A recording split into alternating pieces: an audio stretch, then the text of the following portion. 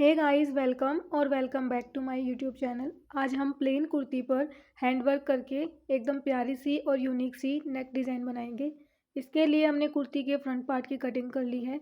इसको हम double fold करेंगे और इसके सेंटर लाइन पर हम क्रीज बनाएंगे। आप चाहें तो इसके ऊपर प्रेस कर सकते हैं। ये देखिए, ये हमारे सेंटर लाइन है वो अच्छे से बन चुकी है। सामने की तरफ हमारी कुर्ती की सीधी साइड है और ये कुर्ती की उल्टी साइड है।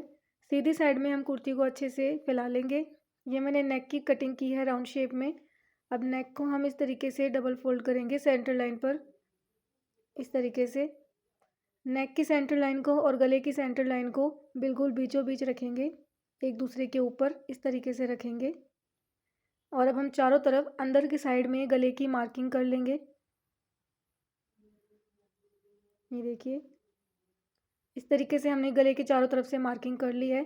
अब एक साइड में हम गले के 2 इंच की गैप में एक सीधी लाइन को ड्रॉ करेंगे। ये 12 इंच की लाइन है। दूसरी साइड में भी 2 इंच का गैप में 12 इंच की सीधी लंबी लाइन को ड्रॉ करेंगे। अब इस लाइन की हम एक एक इंच और बढ़ा देंगे। टोटल 13-13 इंच की लाइन दोनों तरफ से हमने खींच ली है और दोनों लाइन्स को आपस में मिला दिया है।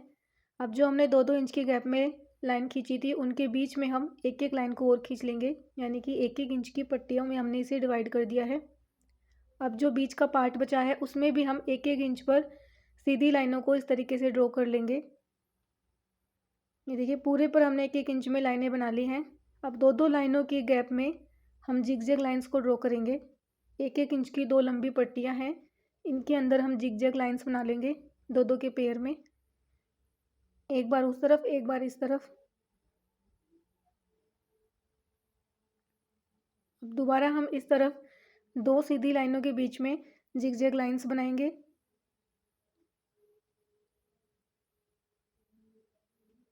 फिर से हम दूसरी साइड में जिगजैग लाइंस बना लेंगे।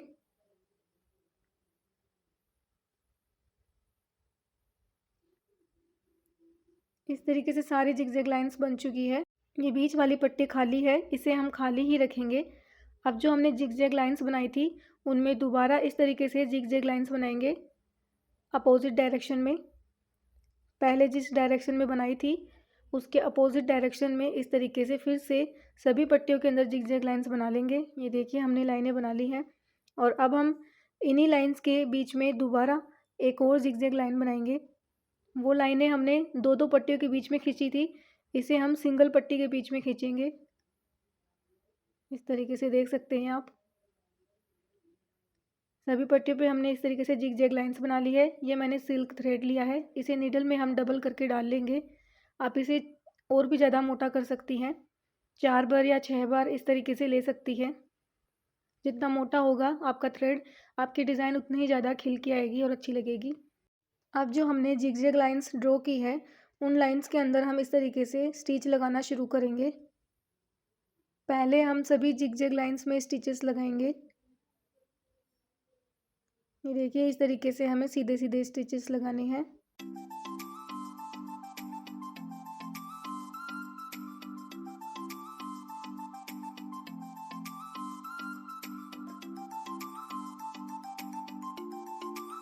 आप इसके नीचे पेस्टिंग पेपर भी चिपका सकते हैं ताकि आपका फैब्रिक है वो एकदम सीधा रहे।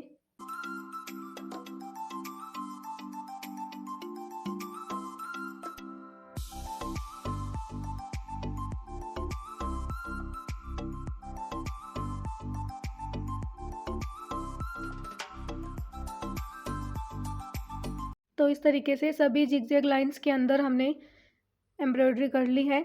अब जो हमने सीधी लाइनें खींची थी शुरुआत में, उन सीधी लाइनों के ऊपर सेम तरीके से स्टिचेस लगाएंगे। सभी सीधी लाइंस पर स्टिचेस लगाने के बाद जो हमारे गले की राउंड शेप है उस पर भी हम इसी तरीके से स्टिचेस लगा लेंगे।